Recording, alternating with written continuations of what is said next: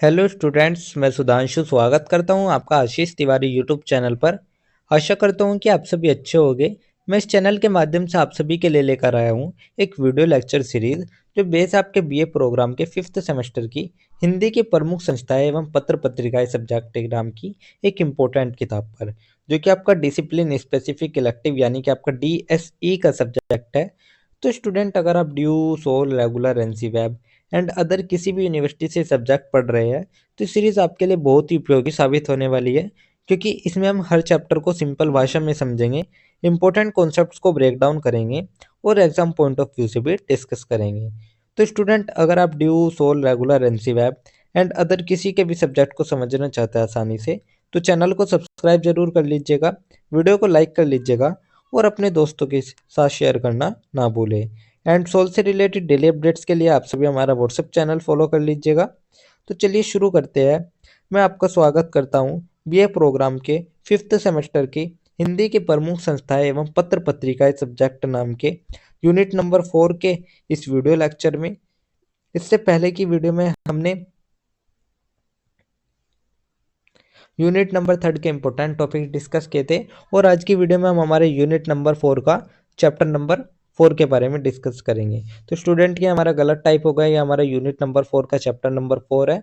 तो आज की वीडियो में हम इसी के बारे में बात करेंगे, जो कि हमारा रहने वाला स्वतंत्रता हिंदी पत्र पत्रिकाओं को लेकर। तो स्टूडेंट, भारत आज़ाद हुआ तो जो पत्रकारिता है उसके लिए एक नया युग शुरू हो गया था। तो हिंदी जो पत्र पत्रिकाएं थी वे अब केवल सामाजिक सुधार का मंच नहीं रही थी, बल्कि वो राष्ट्र निर्माण, लोकतंत्र और जो जनसंचार है उनकी एक सशक्त आवाज भी बन गई। तो आइए जानते हैं जो हमारे स्वतंत्रता हिंदी पत्र पत्रिकारिता है उनका विकास किस तरीके से हुआ। तो चलिए इस चैप्टर की जो हम शुरुआत कर लेते हैं वो हम सबसे पहले एक छोटी सी प्रस्तावना से कर लेते हैं। तो सबसे पहले हम एक छोटी सी प्रस्तावना देख लेते हैं। प्रस्तावना में हम देखेंगे, स्वतंत्रता के बाद हिंदी पत्रकारिता ने नए युग में प्रवेश किया। अब पत्र पत्रिकाओं का उद्देश्य केवल सामाजिक सांस्कृतिक सुधार नहीं, बल्कि राष्ट्र निर्माण, लोकतंत्र की मजबूती और जनसंचार भी था। तो स्टूडेंट, जब स्वतंत्र भारत आज़ाद हुआ तो उसके बाद से जो हिंदी पत्रकारिता का स्वरूप है वो बहुत ही बदल चुका था, क्योंकि जो अब पत्र पत्रिकाएं थी वे सिर्फ साहित्य और समाज सुधार तक ही सीमित नहीं थी, बल्कि जो उनका मुख्य उद्देश्य था वो था राष्ट्र निर्माण, लोकतंत्र की मजबूती और जनता तक सूचनाएं पहुंचाना। तो राजनीति, समाज, साहित्य, संस्कृति, विज्ञान और अंतर्राष्ट्रीय मुद्दों को जगह मिलने लगी। तो जो ये सभी मुद्दे हो गए, इन सभी ने हिंदी पत्रकारिता ने इन सभी को मंच देना प्रदान किया। तो स्टूडेंट, जैसे कि कोई बच्चा जवान होता है और जिम्मेदारियां बढ़ जाती है, वैसे जो हिंदी पत्रकारिता है उस पर भी स्वतंत्रता के बाद से नई जिम्मेदारियां आ गई थी। तो ये तो हमारी एक छोटी सी प्रस्तावना हो गई। प्रस्तावना के बाद जो हमारा नेक्स्ट टॉपिक आता है वो हमारा आता है प्रमुख स्वतंत्रोत्तर पत्र पत्रिकाओं को लेकर। तो अब हम बात कर लेते हैं प्रमुख स्वतंत्रता पत्र पत्रिकाओं के बारे में। तो इस दौर में अनेक पत्र पत्रिकाएं निकाली जिन्होंने हिंदी पत्रकारिता को नई ऊंचाई दी। इनमें दीनमान, धर्मयुग, साप्ताहिक हिंदुस्तान प्रमुख थी। तो स्टूडेंट, जब हमारा ये दौर चल रहा था तो इस दौर में हमारे कई पत्र पत्रिकाएं निकली जिन्होंने की जो हिंदी पत्रकारिता का थी उन सभी को ऊंचाइयां दी थी। तो चलिए एक एक करके इन सभी पत्र पत्रिकाओं के बारे में बात कर लेते हैं, जिनमें हमारी सबसे पहले आती है दीनमान। तो जो दीनमान की स्थापना की गई थी ये 1965 में की गई थी, और जो इसके संस्थापक या संपादक कह सकते हैं हम, वे हमारे रघुवीर सहाय जी थे। इसका स्वरूप था गंभीर विचारधारा वाली साप्ताहिक पत्रिका। तो ये हमारे, जैसे कि आप देख सकते हैं, ये हमारे इसके संपादक रघुवीर सहाय जी है। तो 1965 में एक दिनमान नामक जो पत्रिका थी उसकी शुरुआत हुई, और इसके जो संस्थापक थे वे थे हमारे रघुवीर सहाय जी। तो ये एक हमारी साप्ताहिक पत्रिका थी, यानी कि ये 7 दिन में एक दिन आती थी, और जिसकी पहचान बनी गहन विश्लेषण और आलोचनात्मक लेखन।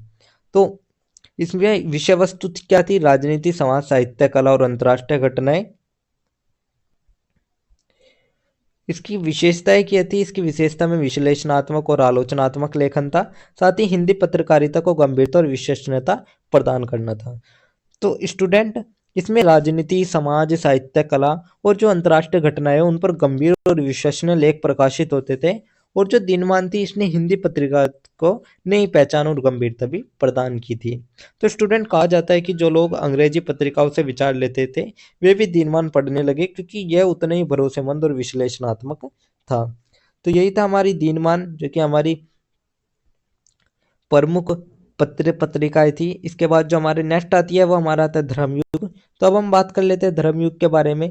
तो इसका जो प्रकाशन हुआ था वो 1948 में हुआ था, टाइम्स समूह द्वारा। तो संपादक थे इसके धर्मवीर भारती, जिनका जन्म 1960 में हुआ था और 1987 में इनकी मृत्यु हो गई थी। तो जैसे कि आप देख सकते हैं ये हमारे धर्मवीर भारती जी है। तो धर्मयुग की जो शुरुआत हुई वो 1948 में हुई थी, टाइम समूह ने इसकी शुरुआत की थी। और इसके लंबे समय तक जो संपादक रहे थे वे रहे थे हमारे धर्मवीर भारती जी। तो समरूपता साप्ताहिक पत्रिका, जिसे पारिवारिक पत्रिका भी कहा जाता है। तो ये जो पारिवारिक पत्रिका थी ये हमारे 7 दिन में एक बार आती थी। इसमें विषय वस्तु थी साहित्य, संस्कृति, फिल्म, राजनीति, सामाजिक मुद्दे, इन सभी की जो सामग्री थी वो इस पत्रिका में छपती थी। विशेषता क्या थी? इसकी विशेषता थी साहित्यिक रचनाओं को मंच दिया। धर्मवीर भारती के संपादन ने हिंदी की सबसे लोकप्रिय पत्रिका बनी। तो धर्मवीर भारती का जो संपादन था उसमें हिंदी की सबसे प्रमुख लोकप्रिय पत्रिका धर्मयुग ही बनी। और इसने साथ ही साहित्यिक रचनाओं को एक मंच दिया और जो नए लेखक थे उन सभी को भी इसने उभारा। तो 60 से 70 का जो दशक था उसमें घर घर में धर्मयुग की प्रतीक्षा होती थी। लोग इसे परिवार की डायरी की तरह भी पढ़ते थे। तो ये थी हमारी धर्मयुग। इसके बाद जो हमारी नेक्स्ट आती है वो हमारे आते हैं साप्ताहिक हिंदुस्तान। तो अब हम बात कर लेते हैं साप्ताहिक हिंदुस्तान के बारे में। जिसका जो प्रकाशन हुआ था वो हुआ था 1936 में, हिंदुस्तान टाइम्स समूह द्वारा। इसके जो संपादक थे वे अमृत राय जी थे एक समय पर। तो ये अमृत राय जी है हमारे। तो जो साप्ताहिक हिंदुस्तान का प्रकाशन है वो 1936 से हुआ था, लेकिन स्वतंत्रता के बाद जो इसका महत्व था वो बहुत ही ज़्यादा बढ़ गया था। तो इस पत्रिका को कभी अमृत राय जी ने संपादित किया था और ये एक लोकप्रिय पत्रिका थी जिसमें कि स्वरूप जो था वो था लोकप्रिय साप्ताहिक पत्रिका और विषय वस्तु थी साहित्य, राजनीति, समसामयिक घटनाएं। तो इसमें साहित्य, राजनीति और समसामयिक विषयों को जगह मिलती थी। और इसने स्वतंत्रता आंदोलन के बाद जो लोकतंत्र और समाज है उसकी चुनौतियों को उजागर किया और जो युवा लेखक है उनको भी इसने प्रोत्साहित किया। तो ये थी हमारी साप्ताहिक हिंदुस्तान। इसकी विशेषता भी मैंने आपको अभी बता दिया है कि इसने स्वतंत्रता आंदोलन के बाद लोकतंत्र और समाज की चुनौतियों पर लेख प्रकाशित किए और साथ ही युवा लेखकों को भी इसने प्रोत्साहन दिया। इसके बाद जो हमारी नेक्स्ट आती है वो हमारा नेक्स्ट टॉपिक आता है आपातकाल के दौर की पत्रकारिता और चुनौतियाँ, जो कि हमारा 1975 से 1977 तक चला। तो इस बारे में भी हम बात कर लेते हैं। आपातकाल में प्रेस की स्वतंत्रता पर अंकुश लगाया गया। तो जो 1975 से 1977 का बीच का जो समय था वो हमारे आपातकाल का समय था, यानी कि इमरजेंसी का समय था। तो इस समय जो हिंदी पत्रकारिता थी उसके लिए एक परीक्षा की घड़ी ये मानी गई। तो सरकार ने जो प्रेस की स्वतंत्रता थी उस पर अंकुश लगा दिया था। साथ ही उन्होंने समाचार पत्रों और पत्रिकाओं को सेंसरशिप का सामना भी उन्हें करना पड़ा। यहीं पर दीनमान, धर्मयुग, साप्ताहिक हिंदुस्तान जैसी पत्रिकाएं हैं, वे सभी पत्रिकाएं इससे प्रभावित हुई और इसमें कई पत्रिकाओं और संपादकों ने लोकतांत्रिक मूल्य की रक्षा के लिए संघर्ष भी किया। तो ये जो हमारा दौर था यही दौर हमारी हिंदी पत्रकारिता के लिए एक परीक्षण की घड़ी माना जाता है। तो यही दौर साबित करता है कि जो पत्रकारिता है वो सिर्फ पेशा ही नहीं है बल्कि जो लोकतांत्रिक मूल्य की प्रहरी है उनको भी इनके द्वारा ही माना जाता है। तो जो कई प्रकार के संपादक और जो पत्रकार थे उन सभी ने लोकतंत्र के लिए संघर्ष किए थे। तो यही था हमारा आपातकाल के दौर की पत्रकारिता और चुनौतियाँ। इसके बाद जो हमारा नेक्स्ट टॉपिक आता है वो हमारा आता है समकालीन पत्र पत्रिकाएं को लेकर। तो अब हम बात कर लेते हैं समकालीन पत्र पत्रिकाओं के बारे में।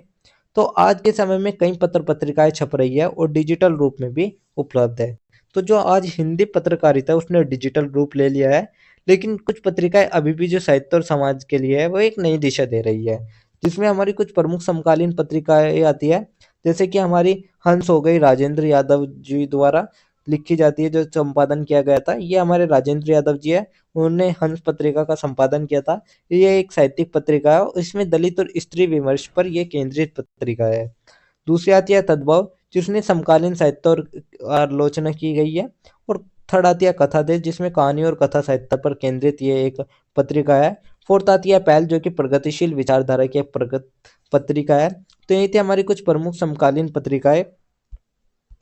तो ये जो सभी पत्रिकाएं थी इन पत्रिकाओं ने सामाजिक न्याय, लोकतंत्र और नए सृजनात्मकता साहित्यिक बहसों को एक नई दिशा प्रदान की है और उनकी रचनात्मकता को एक नया मंच दिया है। तो ये थी हमारी समकालीन पत्र पत्रिकाएं। इसके बाद जो हमारा नेक्स्ट टॉपिक आता है वो हमारा आता है निष्कर्ष। तो अब हम पूरे चैप्टर का ओवरऑल एक छोटा सा निष्कर्ष देख लेते हैं। निष्कर्ष में हम देखेंगे स्वतंत्रोत्तर हिंदी पत्र पत्रिकाओं ने हिंदी पत्रकारिता को नई पहचान और मजबूती दी। लोकतंत्र की रक्षा, साहित्यिक समृद्धि और समाज को जागरूक करने में इनका महत्वपूर्ण योगदान रहा है। तो जो स्वतंत्र जब हमारा देश आज़ाद हुआ, उसके बाद जो हिंदी पत्र पत्रिकाएं थी, उन सभी ने पत्रकारिता को एक नई पहचान और मजबूती प्रदान कर दी थी। और ये जो पत्रिकाएं थी, इन्होंने लोकतंत्र की रक्षा की, साथ ही साहित्य को समृद्ध किया और समाज को जागरूक बनाने में भी अहम भूमिका निभाई। तो आपातकाल जैसे जो कठिन समय था, उसमें भी हिंदी पत्रकारिता ने अपनी भूमिका निभाई, अपनी जिम्मेदारी निभाई। और आज भी जो समकालीन पत्रिकाएं है, वे हिंदी साहित्य और पत्रकारिता की जो प्रासंगिकता है, वे बनाई हुई है। तो स्टूडेंट, यही थी हमारी स्वतंत्रता हिंदी पत्र पत्रिकाओं की प्रेरक यात्रा। तो यही सभी हमें बताती है कि जो पत्रकारिता है, वो सिर्फ एक सूचना देने का साधन ही नहीं है, बल्कि समाज को शिक्षा देने की एक ताकत भी है। तो स्टूडेंट, यही था हमारा एक छोटा सा निष्कर्ष, जिसके साथ हमारा यूनिट नंबर 4 का चैप्टर नंबर 4 भी कंप्लीट होता है, और साथ ही हमारी यूनिट नंबर 4 भी कंप्लीट होती है। और इसी के साथ ही हमारे हिंदी के प्रमुख संस्थाएं एवं पत्र पत्रिकाएं सब्जेक्ट का सिलेबस भी कंप्लीट होता है, क्योंकि इसमें हमारा टोटल एक ही चैप्टर, 4 ही यूनिट थी और 4 ही चैप्टर थे, जो कि मैंने आपको एक-एक करके बता दिए है। तो यही था हमारा हिंदी की प्रमुख संस्थाएं एवं पत्र पत्रिकाएं सब्जेक्ट का सिलेबस। तो अगर किसी भी स्टूडेंट को ये पीडीएफ या नोट्स चाहिए होंगे, तो आप हमारा टेलीग्राम चैनल को ज्वाइन कर लीजिएगा, वहाँ आपको ये पीडीएफ या नोट्स मिल जाएंगे।